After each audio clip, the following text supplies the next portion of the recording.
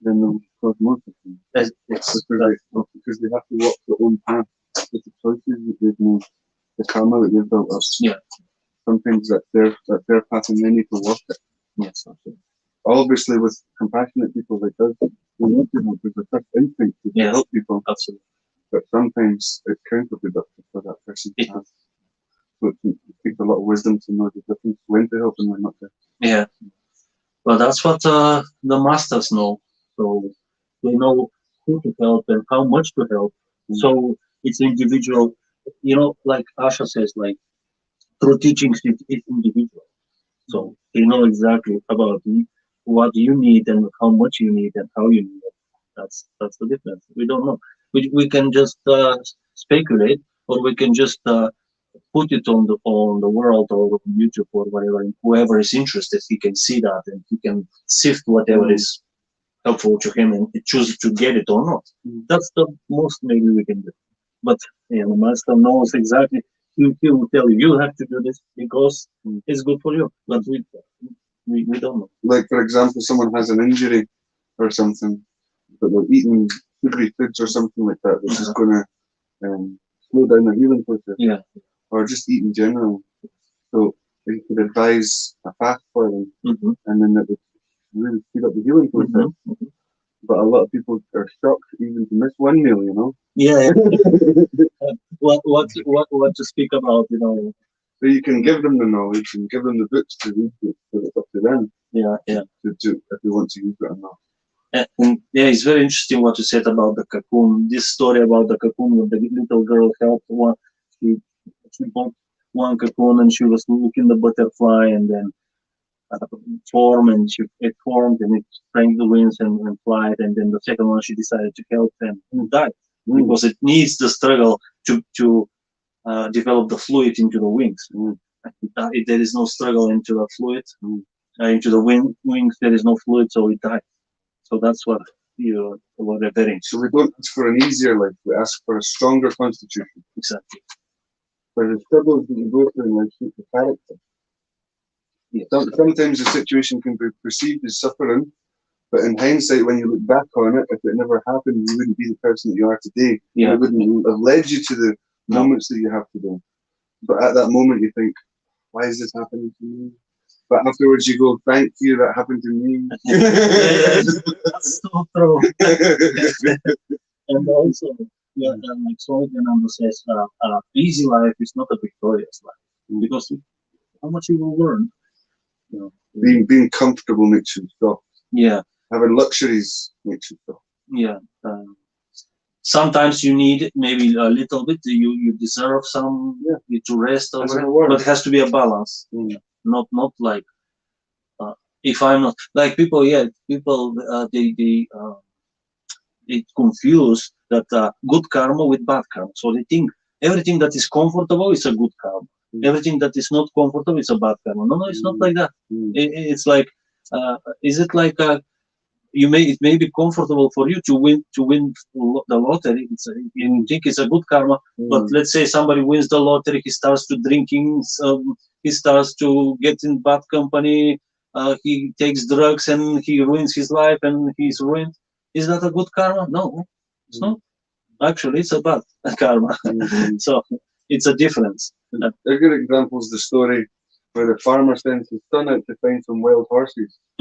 So he finds a wild mare and brings her back, but 8 stallions follows the mare back. And the people of the village say, wow, that's very good luck. And the farmer says, maybe.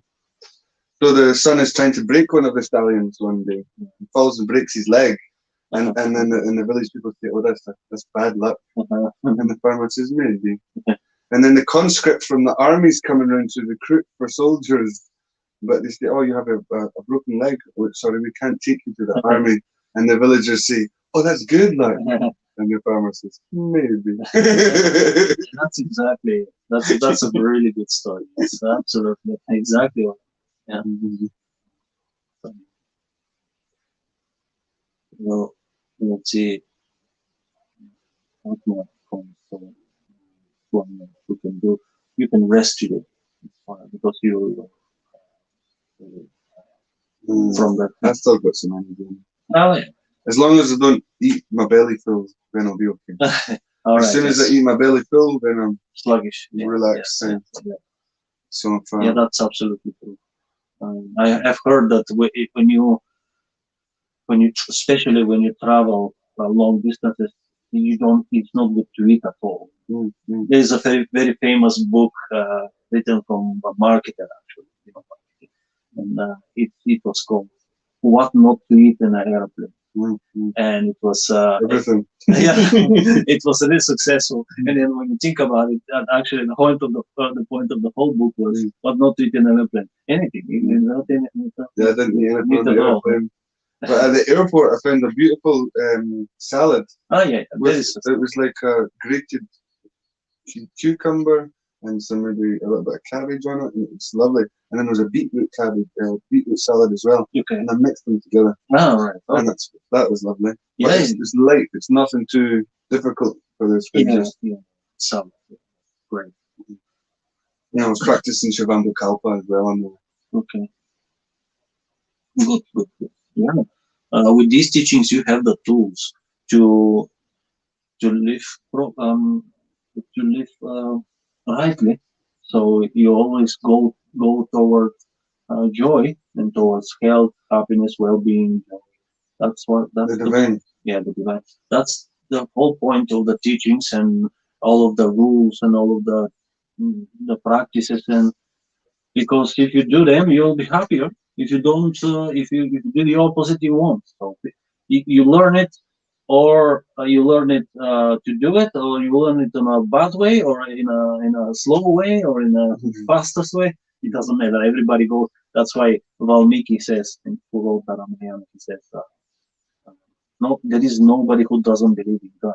And they say, what do you mean? The atheists, they don't believe. He says, no, they do believe also. Everybody believes in God. Why? Because you ask an atheist, what do you want? I want to be happy. Everybody wants to be happy. But this is actually the synonymous term for God. God is Satchit Ananda, happiness. So if I say I want God and you say I want happiness, we want the same thing. Just whether you will call your father or the husband of my mother is no difference. Just different terms. So, whether you get to that point of happiness through suffering and through trial and error, or through practicing the teachings, or through an ND experience, or through whatever is everybody goes there. Everybody's going towards there, and whatever you do, you will advance. Some different paths all lead to the same mountain.